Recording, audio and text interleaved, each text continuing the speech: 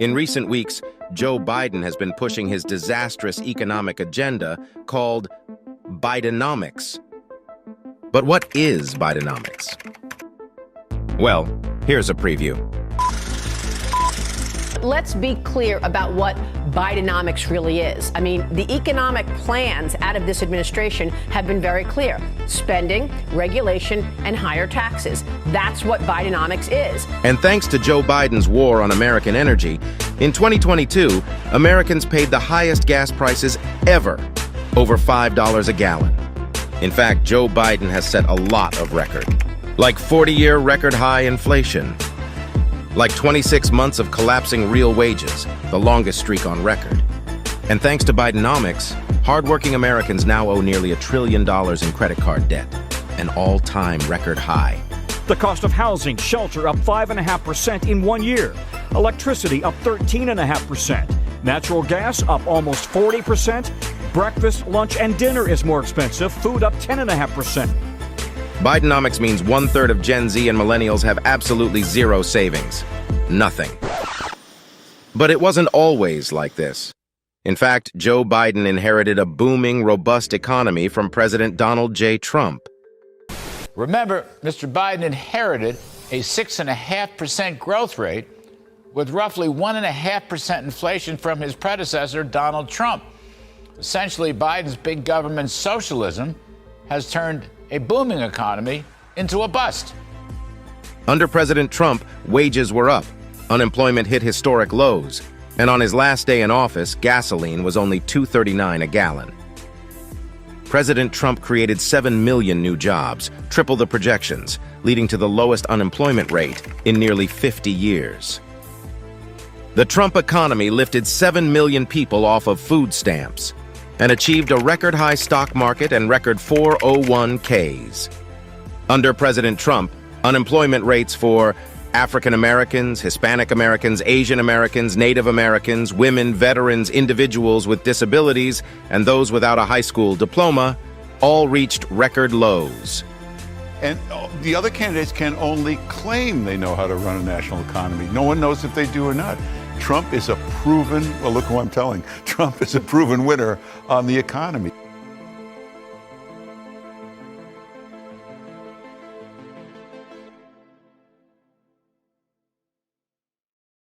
We're protecting those forests because we believe the trees have more value to humanity standing than they would have if we cut them down. We believe our lives are going to be richer and our communities are going to be richer and our children's lives are going to be richer if we live in a world where there are shad and sturgeon and striped bass in the Hudson River, and where our children can go to the banks and see the fishermen doing what they've been doing for generations, and where they can reach out and touch those things that men fixing their nets and waiting for the tides, and in that way connect themselves to 350 years of New York State history, and understand that they're part of something that's larger than themselves, that they're part of a continuum, that they're part of a community.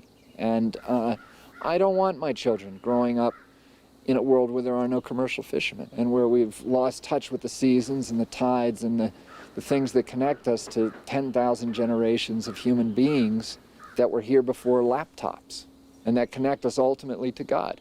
And I don't think nature is God, and I don't think we ought to be worshiping it as God, but I think it's the way that God communicates to us most forcefully. And for me, therefore, destroying these things is the moral equivalent of tearing the last pages out of the last Bible or Torah or Talmud or Koran on earth. It's a cause that I don't think it's prudent for us to impose upon ourselves. I doubt if we have the right to impose it upon our children. And, you know, ultimately, what we're doing here is recognizing we have a debt to our children, and we have a debt to the people in our society who don't speak loudly. And that debt is a recognition that we live in a community. And being part of a community is painful because you can't just make decisions based upon your own self-interest. You have to account for the costs and impacts of those decisions on other people. And that's really what environmentalism is about. It's about recognizing that debt to others.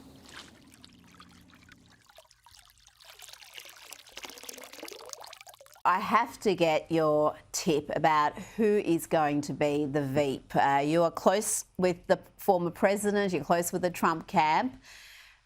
Give me the top three in your reckoning. You've put me in a real tough position, Rita, because I have been told who the candidate is, and I've been sworn to secrecy. Let me just tell you, it's a great pick.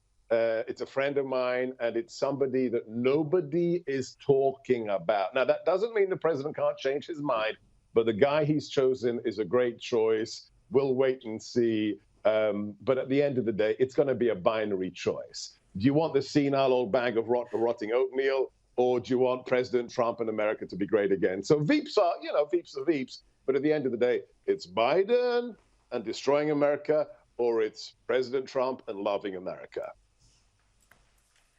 Oh, it has been such a pleasure to speak with you. We love your work. Thank you so much for your time this evening.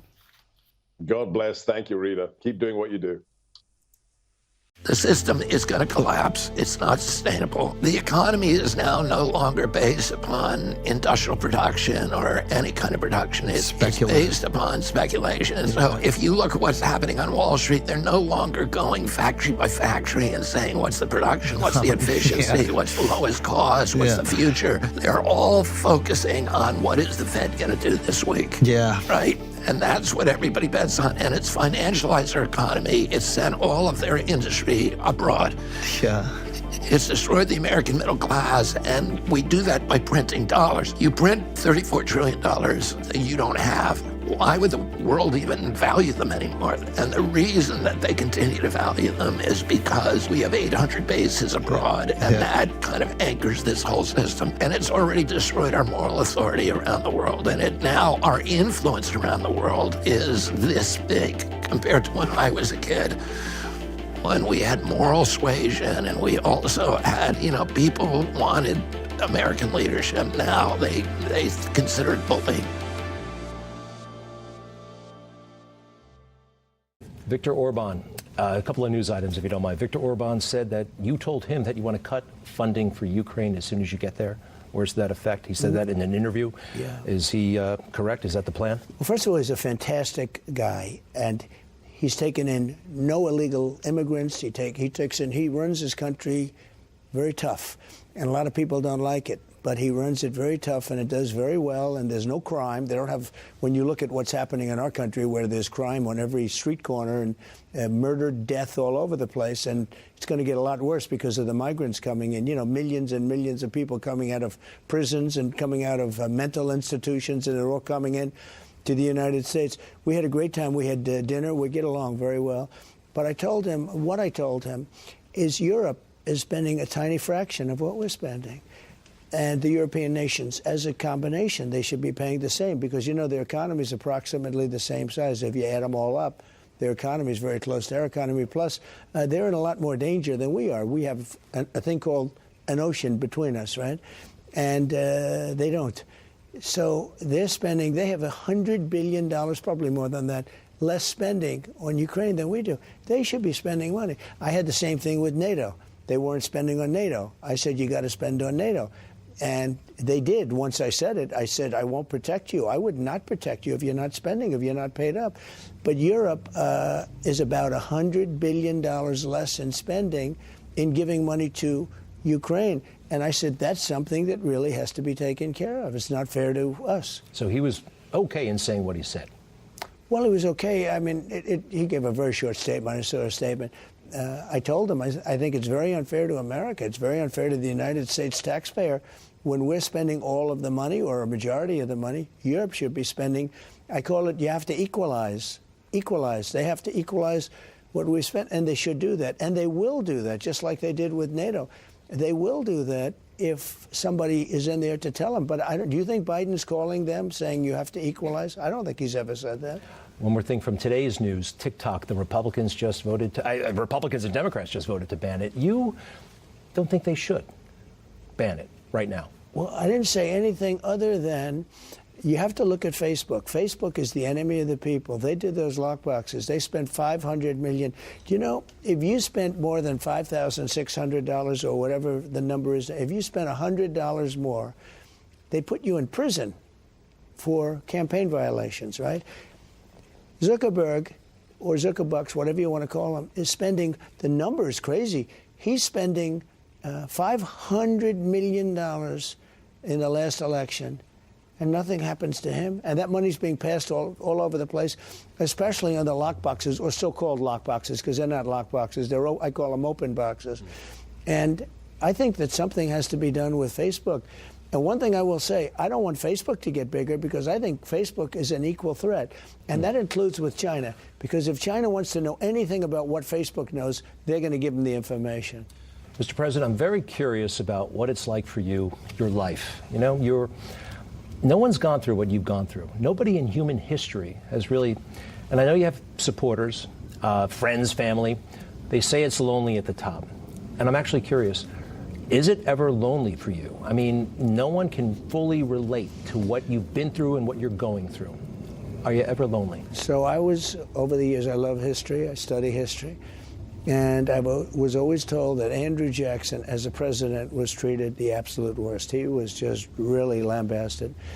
And I heard Abraham Lincoln was second, but he was in a thing called the Civil War, so you can understand that. But Andrew Jackson was really, really treated badly. In fact, his wife died during the process. I mean, a lot of people say she died because of the way they were treated. I mean, she was heartbroken and broken in so many other ways.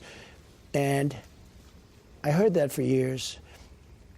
And I look now, even last night I was saying it, I said, I don't care, Andrew Jackson or anybody else, nobody has, when you think of the fake things, nobody's been treated like Trump in terms of badly.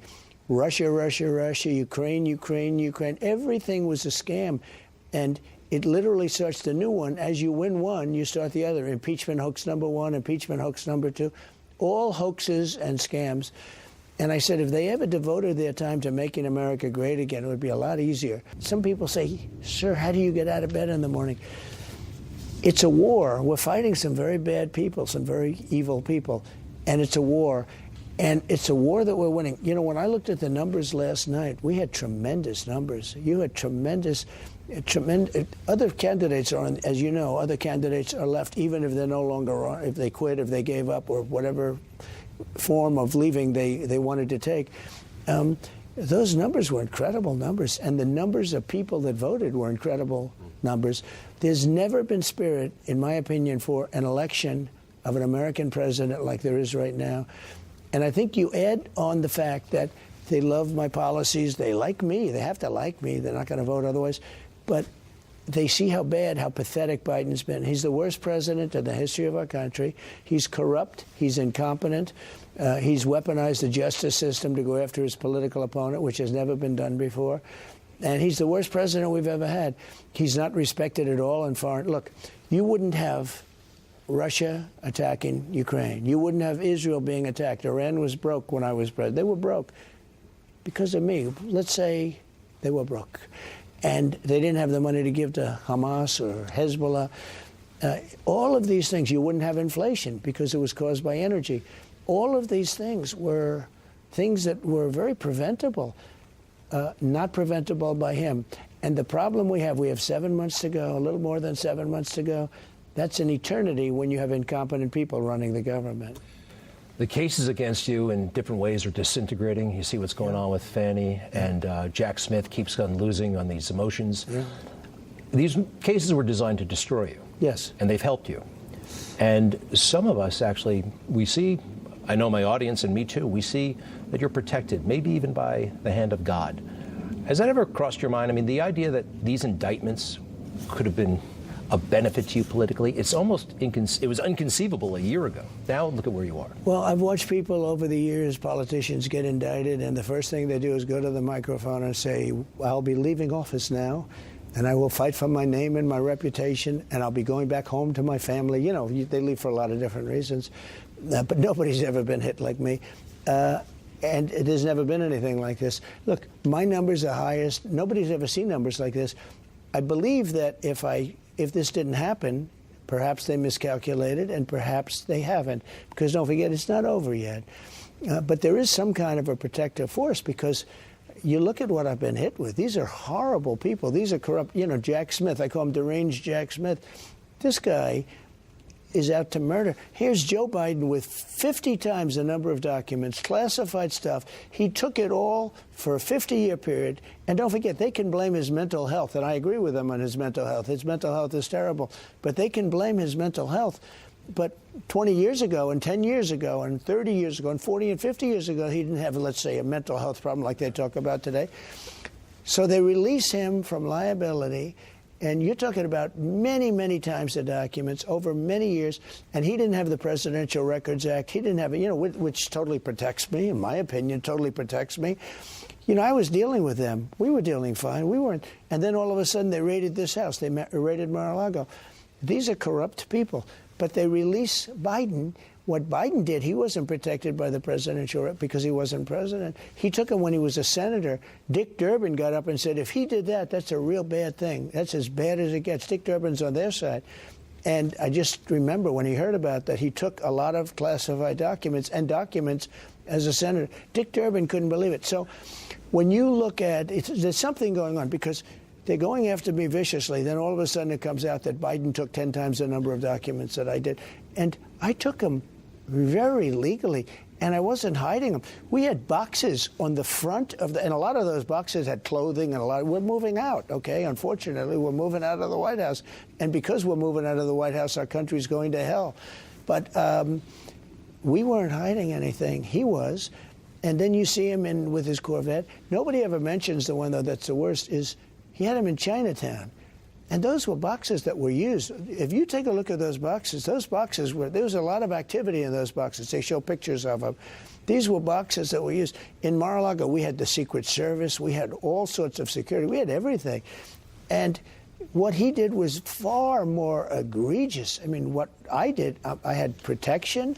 I had the right to do it, in my opinion, and in my lawyer's opinion and everything else. But when you see that the way they released him, and they say, we're going to release him. It was egregious what he did. But by the way, they released Hillary Clinton. She hammered her phones.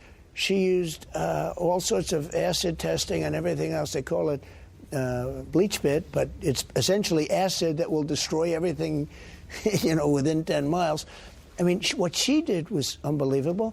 Nothing happens to her. Nothing happens to Bill Clinton. He took it out in his socks. It was the famous socks case, which he actually ended up winning. So when I look at this, Greg, I say there's got to be something.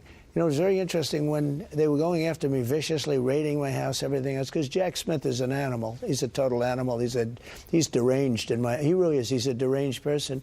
The other gentleman who went after Biden, it was a weird kind of a conclusion because he said, he's competent to be president, but he's not competent to stand trial. That's sort of a strange thing. I don't think people are going to buy that very much because certainly it'll be used during the campaign.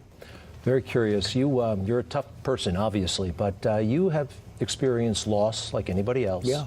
You lost your brother over the past couple of years, your sister, your late wife, Ivana. How do you grieve? Because you were right back at work. You had to be. And it's hard to conceive somebody like you shedding tears. And I'm curious did it happen then? Has it happened?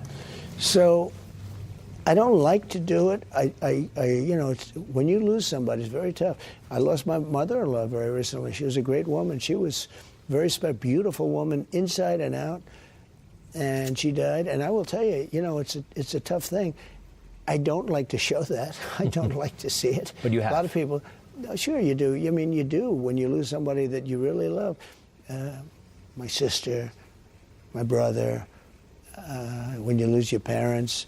It's a very tough thing, and I find nothing wrong with it. But I don't like to do it in public. Now I have to tell you something. Sometimes I don't think you can really help it, and that's okay too. I think that's okay too. But grieving is grieving. When you lose somebody that's very close, in many ways, if you don't grieve, perhaps you're not such a good person.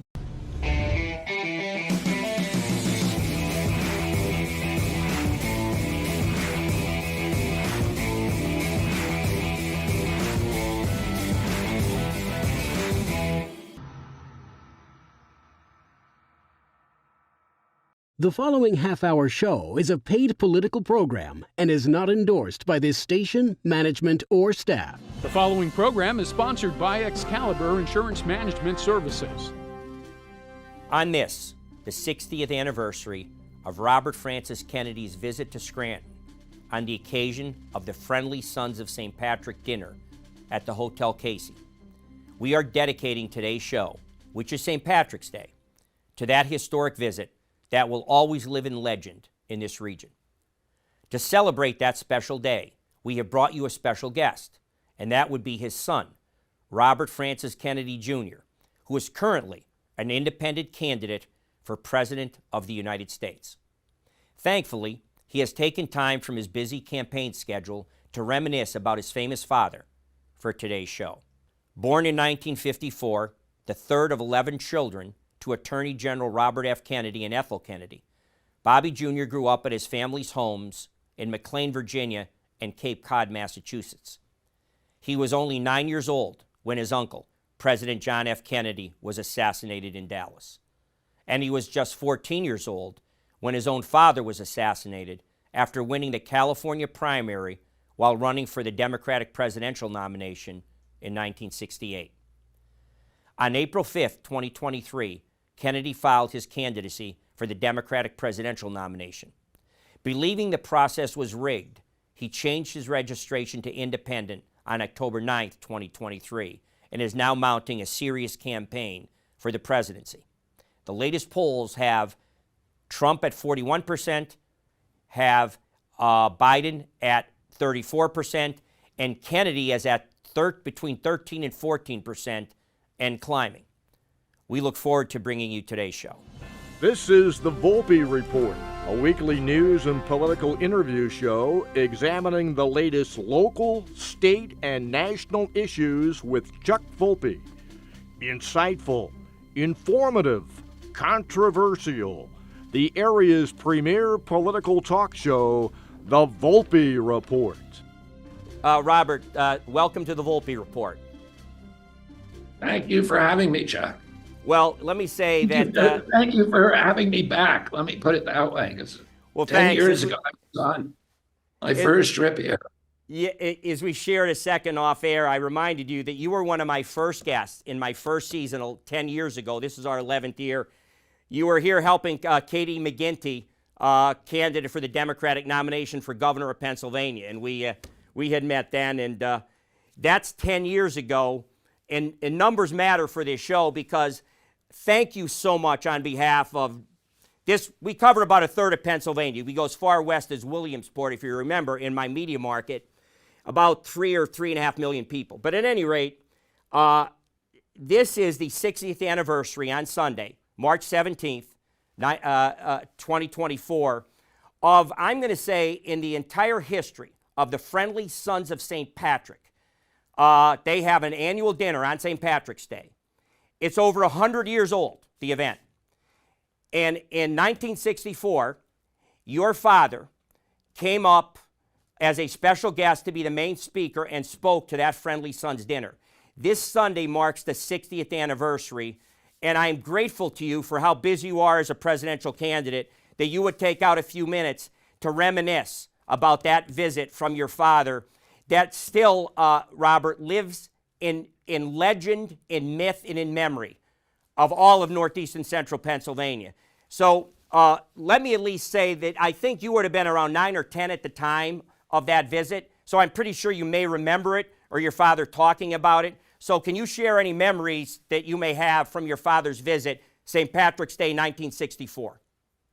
Yeah, and I remember when he went there because it was it was an important speech to him because it was the first speech he made after his brother's death, the first public appearance that he made, and he had been shattered by that death and had completely withdrawn. He never visited the Justice Department anymore, although he had continued to be Attorney General for several months after.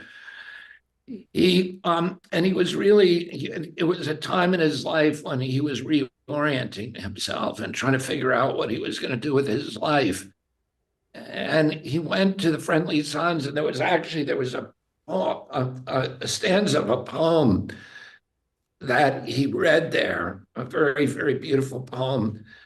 And he had to practice it because it was very emotional. It was related to Jack's death. And he and his aides were nervous that he couldn't get through reading that stanza without breaking into tears. And close to 2,000 black-tied Irishmen broke into tears after he got done that night. And he went to that speech, and the response that he got, not only from inside the hall, but outside the hall in Scranton, was so extraordinary that it buoyed him. You know, he had a buoyancy after that night. He saw the love that people had for his brother, and that love was now being attached to him. And for the first time, he began thinking that maybe he himself had a public life. You know, before that, Chuck, my father had never been a public person. He was shy. He was very tough. But he was not good at public speaking. You know, he just was not, and he wasn't a glad hander. He wasn't a retail politician. He was just too shy for that. But he was a very good manager and administrator. And he saw his role in life as advancing his brother's ambitions and his brother's aspirations for our country. But everything that he did was focused on being effective through his brother. So he was kind of the Turk in the campaign. He ran the presidential campaign in 1960. Before that, he had run my uncle's investigation of the mafia, the rackets committee, and he was probably the best investigator of his era. And he was a really good administrator, but he was not a public person, and he never saw himself as a public person. And I think that night changed his perception of his life, because he realized he no longer had his brother between him and the public, that he himself had a public life in front of him, and that and it gave him confidence in a career. And then he did a couple of other things after that. He did a trip that President Johnson sent him to Indonesia.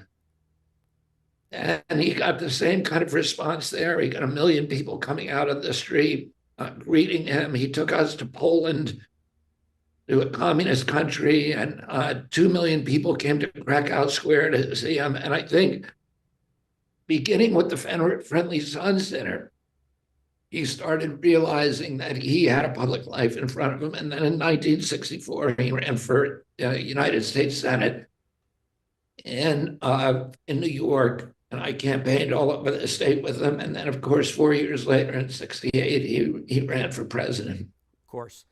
I recall in reading about, he was reluctant to come in 1964. He was still, as you said, shattered in suffering, grief. And the president of the Friendly Sons that year was Chief Federal Judge William Nealon. And William Nealon had been President Kennedy's appointment to the federal bench, the youngest one at the time. And, the feeling was that, he remembered, your father, that is, of course, the messianic response that President Kennedy got when he came to Scranton. And that was one of the motivating factors.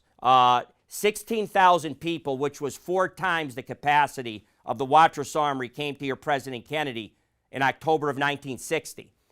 And there were another 30,000 people listening to that speech on loudspeaker, and the love that was expressed for President Kennedy was one of the reasons that he decided to make the trip up.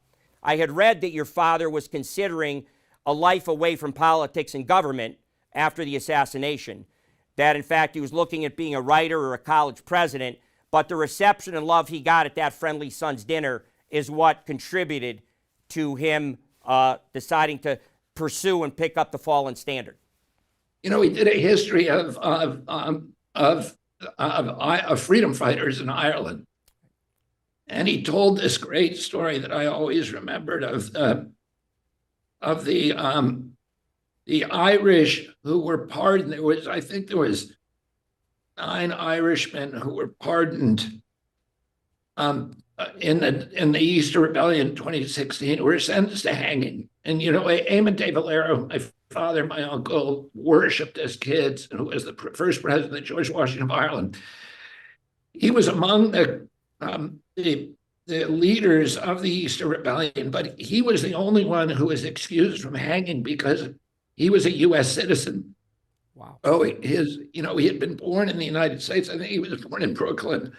But my father told this story about what happened to the other ones. They were pardoned at the last minute by the Queen, and a decade later, it was the Queen went to Australia, and the Prime Minister of Australia was one of the people that she had pardoned. Wow. So she had a commission who said, of an inquiry that she commissioned to find out what had happened to all the other ones. And they had these, one of them had been governor of New York. There were 2 that were brigadier generals in the United States Army. One was the U.S. Attorney General. One was the governor of Montana. Wow. And they went through this, this extraordinary litany. And then he talked about the Irish soldiers, the wild geese, about how the Irish had fought in every war in the United States and performed more heroically than any other group. At Fredericksburg, Lee said, "I've never seen men fight so bravely or so hard." And the Irish were banished from their own land, and they became mercenaries. A lot of the leaders for hundreds of years, they were called the wild geese. Wow. One of the poems he read was this from this poem about the wild geese, about the wild geese.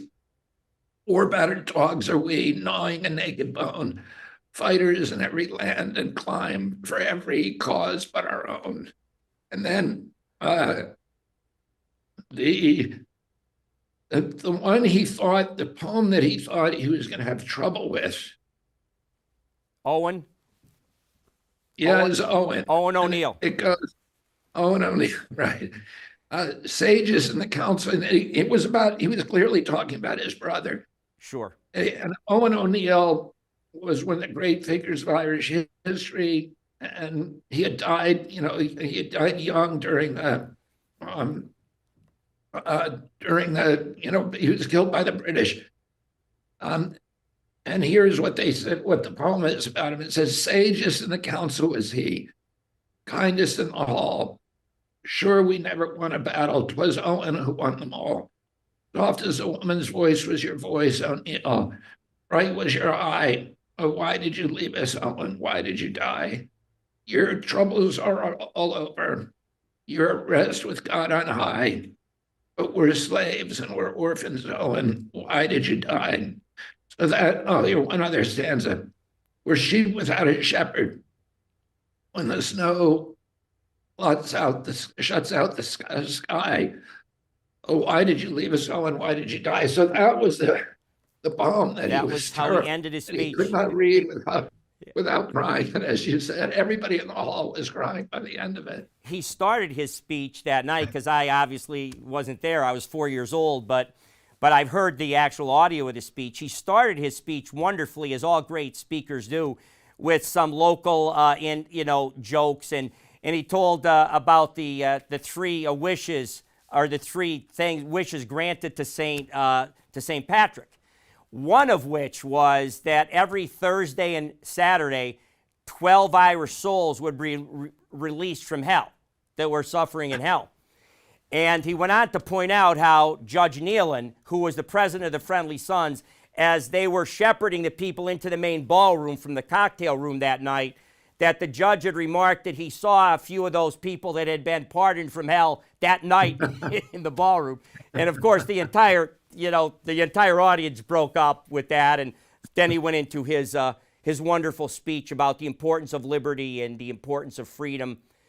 And I'll end this section of it, Robert, with this part, is that I read where your uncle and his brother, as President of the United States, on their way to Ireland, that he had hoped the reception in Ireland was like the one he got in Scranton. And Dave Power said, there are kind of Irish. But at any rate, I just wanted to share. You probably know all that, but I thought that kind of jumped out at me. That was the amount of affection and love that he felt in Scranton.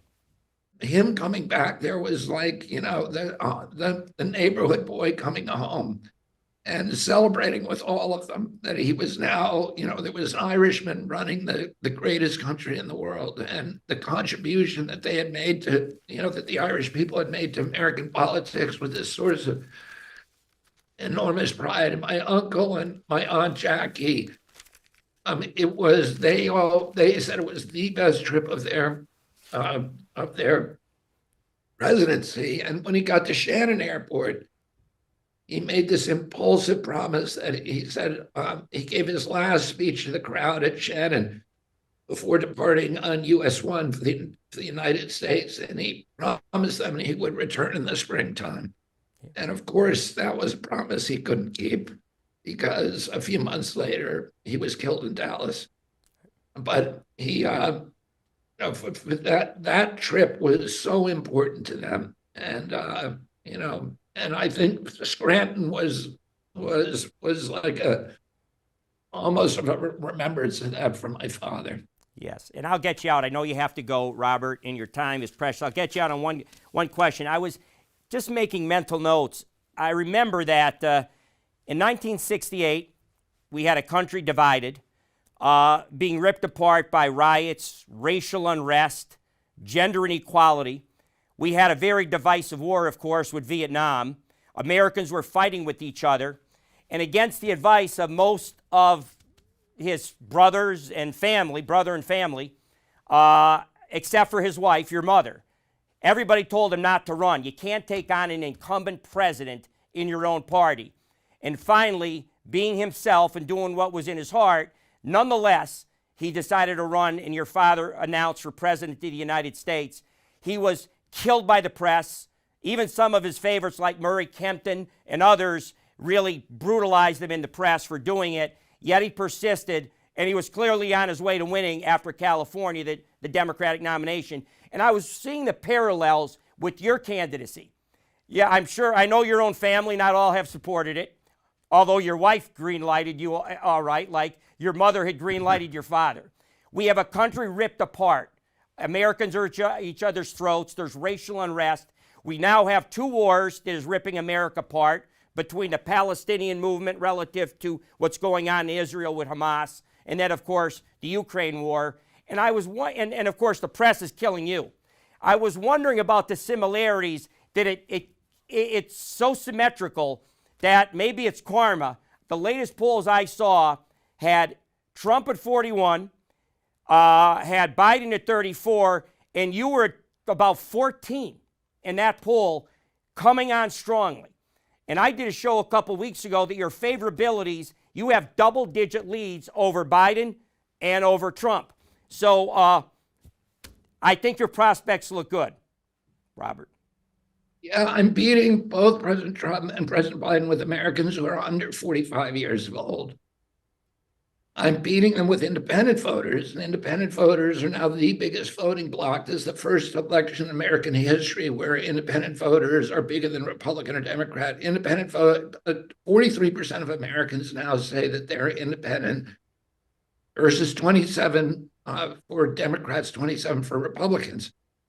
And I'm winning in the independents. I'm in a three-way tie with among Hispanic voters, and that's growing. The one group that I don't do with are the people I should be doing best with, which are the baby boomers, because the kids don't remember Camelot or the Kennedy administration. The baby boomers do, and I was when I was the leading champion for the environment, I was the very, very popular with that cohort. But today that cohort gets their news from mainstream media, from ABC, NBC, CNN, Washington Post, New York Times. And if I was living in that information bubble, I'd have a very low opinion of myself as well. But I think A poll recently showed me at 27 points against Trump and Biden in Michigan, 26 points in Arizona. All I need to do is to get up to 34 points to win the election. In a three-way race, it's winner take all. Right. We're very, very optimistic. You're right. There's a lot of parallels with my dad's run. He didn't have a prayer of winning when he first declared in 1968. He had all of the people who had been with him in the 1960 campaign when he ran my uncle's campaign were not with him anymore. The big city mayors, including Mayor Daley, were all against him. The labor unions were all against him. He only had two unions. One was the UAW, and the other was Cesar Chavez's union, United Farm Workers. The liberal press, including the New York Times to the Village Voice, were all against him. And the New Frontier people who he had brought into the White House were all working for Johnson. Of course. Oh, and he was running at a time, he was running against, as I am, against an incumbent president of his own party. He was running against a war, as I am. And he was, it was during at a time of unprecedented division, the greatest polarization, as you pointed out, in our country since the American Civil War. Right. Well, I'd like to tell there were people, the cities were burning, the Weather Underground was blowing up buildings on campuses in New York City. The military was shooting students to death on our campuses. It was mayhem at that time. And, we're back into that same level of polarization again in our country. And we need somebody who's going to heal us and not, the same people who are contributing to that division. And that's what I've pledged to do with my campaign, and that I've done successfully over the past 9 months, to identify those issues, those values that we all share in common, rather than focusing on these little culture war issues that are used to keep us all apart. Agreed. And I'll end with, I tell people all the time, especially younger people that think the world is coming to an end, I said, there was a great line that I believe was Harry Truman. He said, the only thing that happens new in the world is the history you don't know. And how true is that?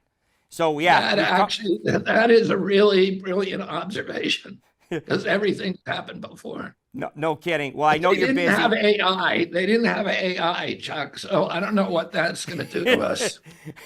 Well, Robert, I hope to get you back as we get closer in April to Pennsylvania's primary to really talk about the issues in your race.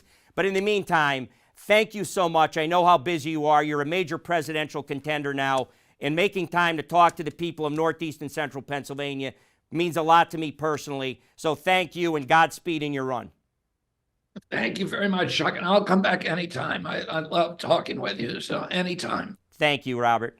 Representative, have you heard about this little incident, or this incident that took, or this issue that took place at Mar-a-Lago, and Trump talking to his guests about their feelings on abortion and vice presidencies?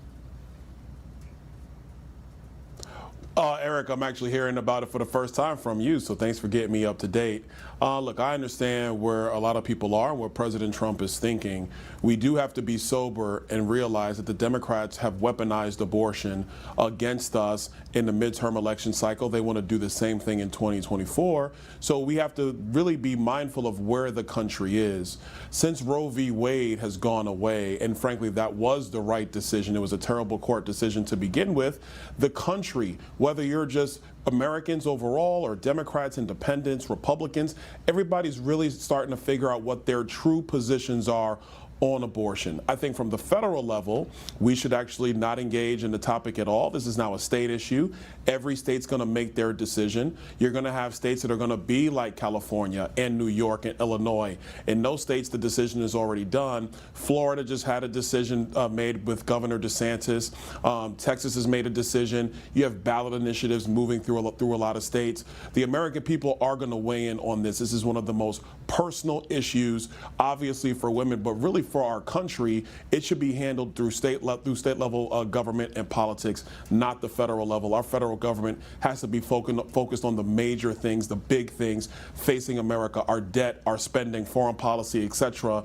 This is something that should be left to the states. I think that as we move through the next couple of election cycles, you'll get to a medium of where people are in America. That is the correct answer, my friend. That is the only way to handle that question. Let the states decide. You don't like what your state's doing, you can move or change your government in the state that you do live by vote. And that's the way to answer that.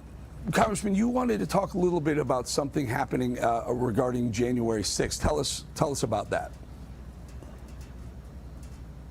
Well, what we're finding out, and this is through the leadership of Speaker Johnson and Barry Loudermilk, who is the subcommittee chairman under House Admin under Brian Stile of Wisconsin, we're finding out that the January 6th committee deleted information. They got rid of information they collected. You're finding out now that Cassidy Hutchinson was spun up by Liz Cheney and others to deliver a phony story that was debunked. We already knew that the whole J6 production was just a media sham and a farce for the radical left. We already knew that, but now you know that they were meeting with Fannie Willis and her team, trying to give back channel information to the to the Fulton County District Attorney, who, by the way, is having all kind of problems herself. They were back channeling information to her. This demonstrates very clearly that you had congressional Democrats and some useful Republicans. Unfortunately, they did the wrong thing, and it was terrible. That's why they're no longer in Congress. Speaking to Liz Cheney specifically, working with radical Democrats, working with some of these prosecutors. The entire purpose has been to get Trump. It is wrong. This is fascism at its finest. This is what we're seeing right now. It's destructive of our institutions. So this stuff can't be tolerated. So I commend House administration and the Speaker for bringing this information to the public. And we need to go further. We need to follow all this stuff, because you can't have rogue committees set up that are extremely partisan and then using that information to basically sideswipe a political opponent and then using it in part to go after them legally. This is un-American. It is unconstitutional, and I believe we got to stop it dead in its tracks. Since you're one of the people on the short list for Trump, did you hear the short list for RFK Jr., Aaron Rodgers, and all of a sudden the whole world blew up? Aaron Rodgers is potential vice president. You want to weigh in on that thought for a second? Listen, man, I just hope A-Rod's Achilles is doing well and he gets back to being the quarterback for the New York Jets, because the New York Jets need a lot of help. And that's just the bottom line there. But look, RFK, I get it. He's running. He's not going to win. We all know this. But I think it is indicative of the split that is in the Democrat Party, because you have more mainstream Democrat voters in our country, even conservative-leaning Democrat voters in our country. They are watching the master of disaster, Joe Biden, and his agenda wreck our country and wreck our standing around the globe. So I think that's why you're starting to see these people who are from the political left say, you know what, Joe Biden's not the guy. I got to do something. I would tell them to keep going. If Aaron Rodgers wants to be a part of that, that's pretty cool. But listening to him and some of his outtakes, he sounds pretty conservative to me. Well, Congressman, you and I both know at $38.1 million for the upcoming season on the active roster, there's 38.1 million reasons why Aaron Rodgers probably would turn down the offer to run alongside RFK2. But hey, stranger things have happened. Congressman Byron Donalds, thank you.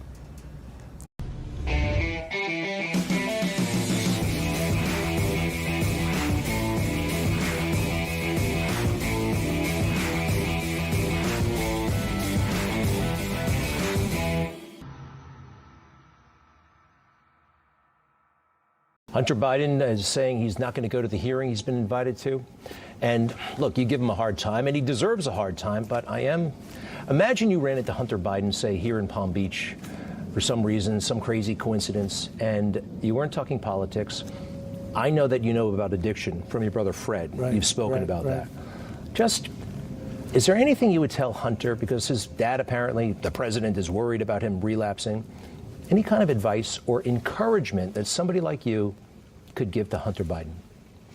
Well, I think what's happened is, they went after the president of the United States, and I guess Republicans went after them.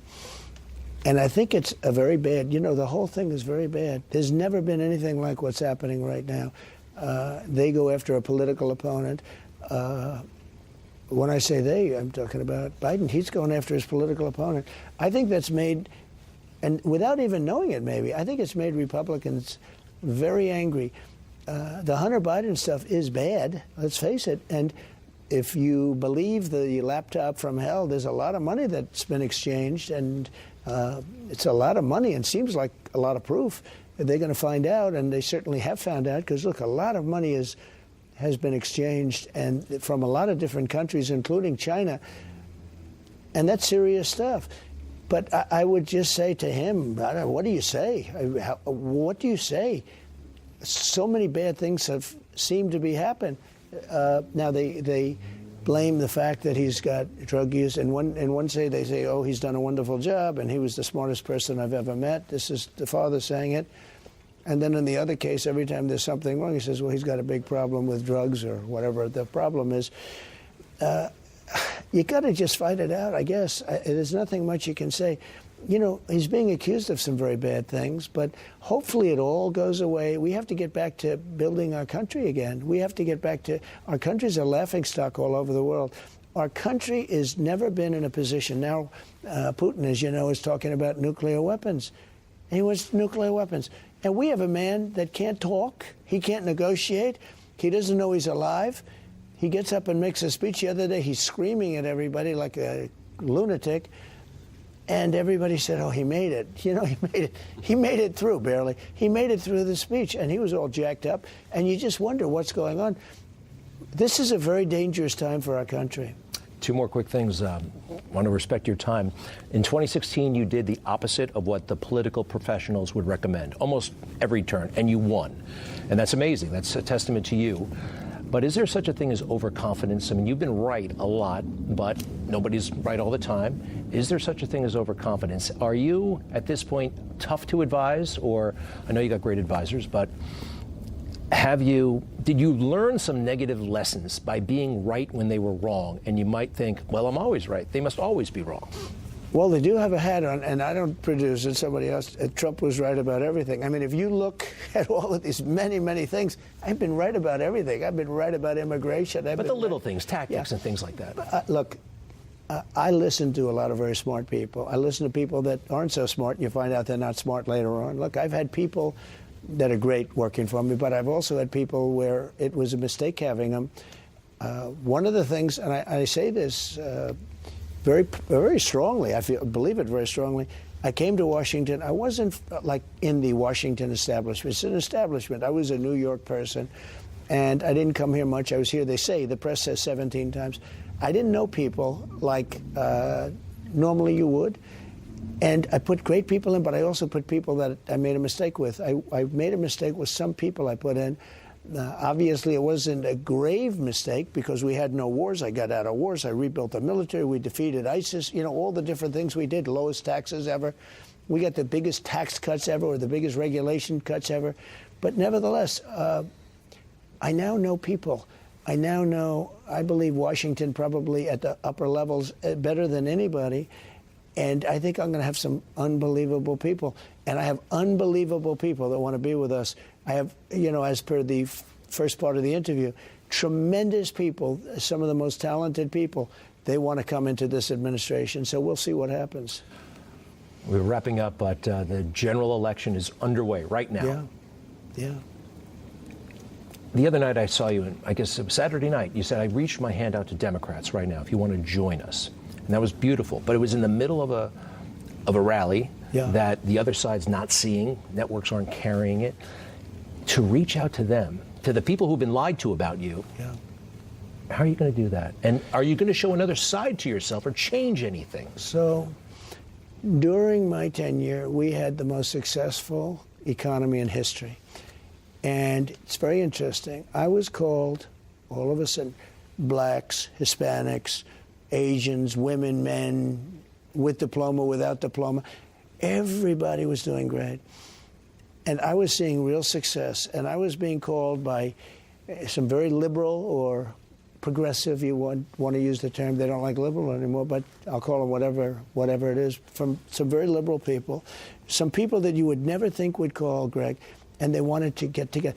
The country was coming together, and success is going to bring the country together, and it should come together. But you have some very bad people politically on the other side. Some people, I actually think they hate the country. They hate the country. There are some people who can't get past, I know this has been a thing for a long time, the tone. People delight in the tone. I like the straight talk, but some people forget the success. They're just horrified by, oh, he said a bad word, or he said this about, used a nickname. Is there any way to get them? Get those people? I think so. I do believe it's when we prove that we were right. We were right about things, and when we prove that we were right. Remember this. I came in, and before I ever started, I was under investigation. I don't mean this. I'm talking about before I even announced I was running for president. I was under investigation by these lunatics. And they were investigating me because they thought I might be running for office. I fired Comey very early. It was a good move. If I didn't, I might not be talking. And you got investigated for it. Yeah, I got investigated for it. By the way, I made the right move. That was a great move. That's getting rid of the deep state. But I got rid of him, got rid of a lot of other people. And we were doing really well. But these people, if I were really nice about things and soft, and let's talk about not using certain tone or certain words, probably I wouldn't be here. I wouldn't have survived. I had to be tough. And then people say he's tough. But they put me under the gun from long before I got but before I got elected. I was under a gun like nobody, and probably no other president in history. Going back at them, you're going back at the deep state. You could lose the middle at the same time. Like, you're fighting for your life, you're fighting for the country, but they're alienated along the way. You're not anticipating any kind of shift in style, in approach, in a, I don't know, like Rocky Balboa was fighting Apollo Creed. He switched from right hand to left hand. Something just to change the game. I would like to say yes. I will always be nice. I will always be respectful. But when they hit you, you have to hit them back. And then people would say, oh, gee, Trump isn't a nice guy because I hit back hard. They say Trump isn't a nice person.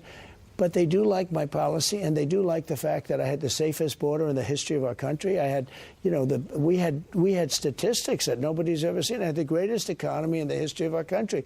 I had the biggest tax cuts in the history of our country, the greatest regulation cuts in the history of our country, the best job numbers.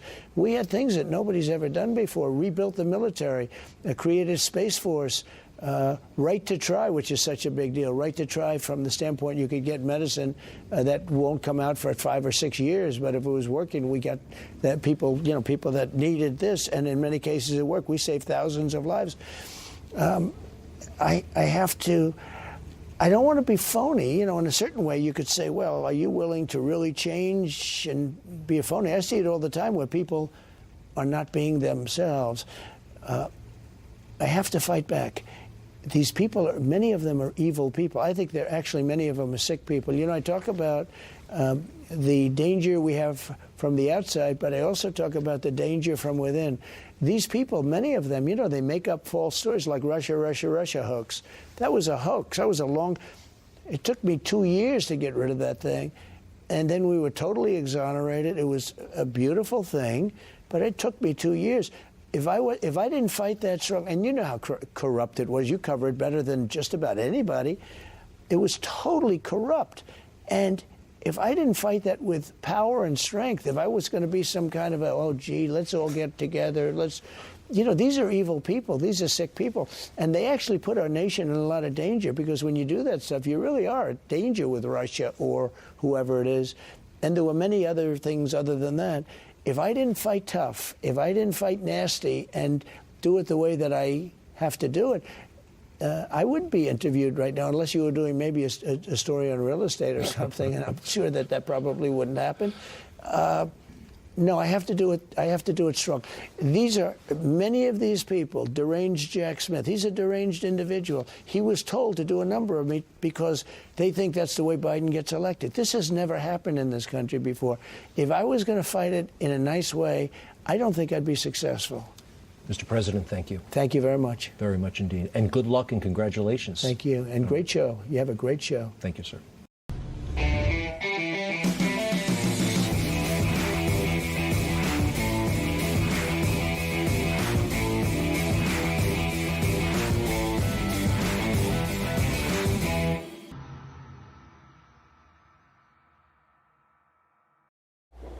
What we need in the United States is not division. What we need in the United States is not hatred. What we need in the United States is not violence and lawlessness, but is love and wisdom and compassion toward one another. Every nation has a darker side, and the easiest thing for a politician to do is to appeal to our hatred and our anger and our bigotry and greed and xenophobia and all of the alchemies of demagoguery. My father and my uncle had a vision for America, a vision of racial harmony, of prosperity for all Americans, of peace in the world, and of honest government. Their lives were tragically cut short, and America took a different path. Yet the possibility they foresaw is still alive, the America that almost was, and yet may be. I've been fighting corporate corruption my entire life, but I understand that today, the problem is much larger than a few crooked individuals.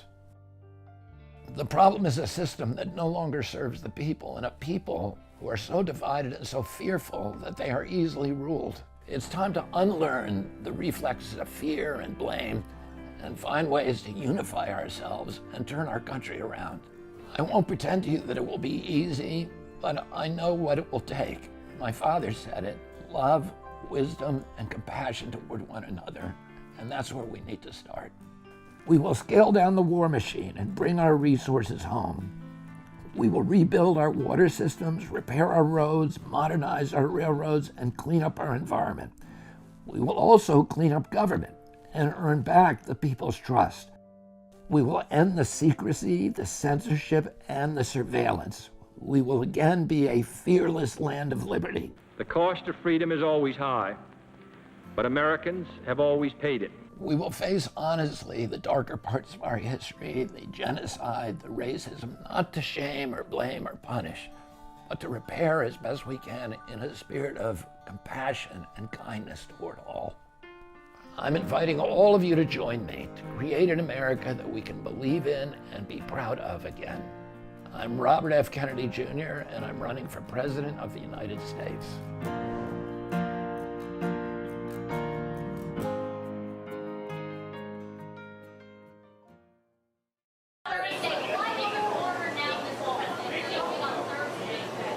This is the final battle. With you at my side, we will demolish the deep state. We will expel the warmongers from our government. We will drive out the globalists. We will cast out the communists, Marxists, and fascists. We will throw off the sick political class that hates our country. We will rout the fake news media, and we will liberate America from these villains once and for all.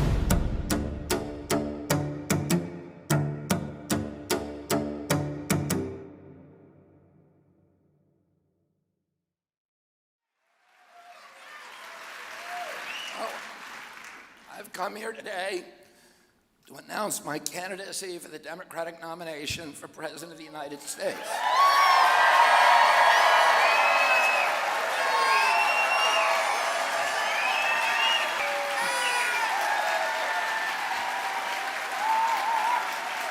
And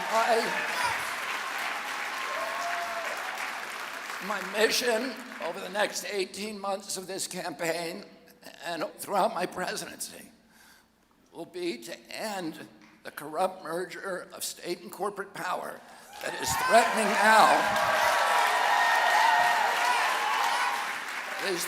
now to impose a new kind of corporate feudalism on our country, to commoditize our children, our Purple Mountain's majesty, to poison our children and our people with chemicals and pharmaceutical drugs, to strip mine our assets, to hollow out the middle class, and keep us in a constant state of war.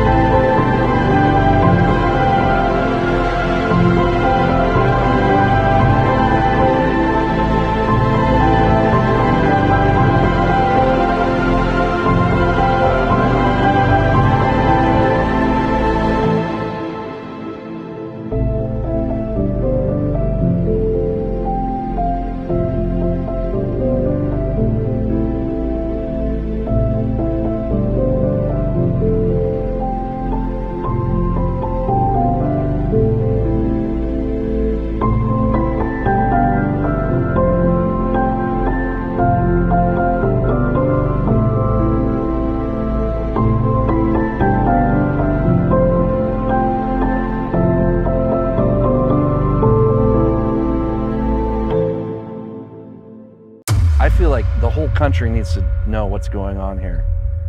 It's bigger than alarming. This is the worst I've ever seen it.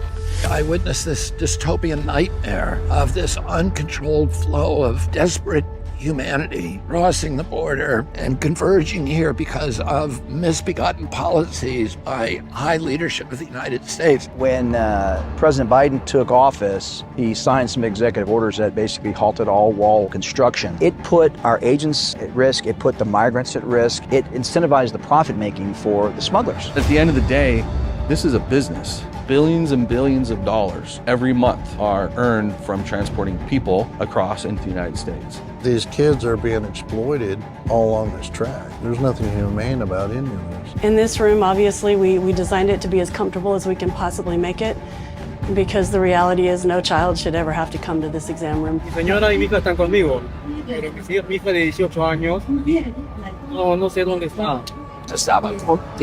We see a lot of violence as people are making across the border through Mexico or their countries. We see that devastation in the human lives. What happens if the family doesn't have the money to buy the plane ticket? Well, FEMA reimburses us. We can buy that ticket and So you buy the ticket for them? Yes. They were told they could get a bite at the American dream here, and that dream becomes a nightmare along the journey.